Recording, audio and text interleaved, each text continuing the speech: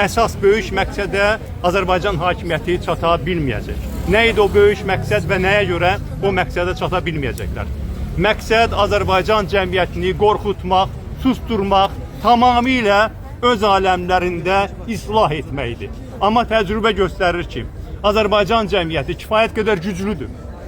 331 siyasi məhbusdan sonra da bu ölkədə ictimai rəyin üzərində hakimiyyətin monopoliyası yarana bilmir. Bu ölkədə azadlıq sevər insanlar çoxdur, dürüst insanlar çoxdur və həm Abzas Medianın, həm Toplum TV-nin, həm Meydan TV-nin, həm Kanal 13-ün, digər media quruluşlarının jurnalistləri, dürüst siyasətçilər, ekspertlər, vətəndaş cəmiyyətinin üstün nümayəndələri, məhbəs həyatı yaşayan 330 nəfərdən artıq siyasi məhbus. Heç kim bu vəziyyətlə barışmayacaq, Azərbaycan mütləq azad olacaq.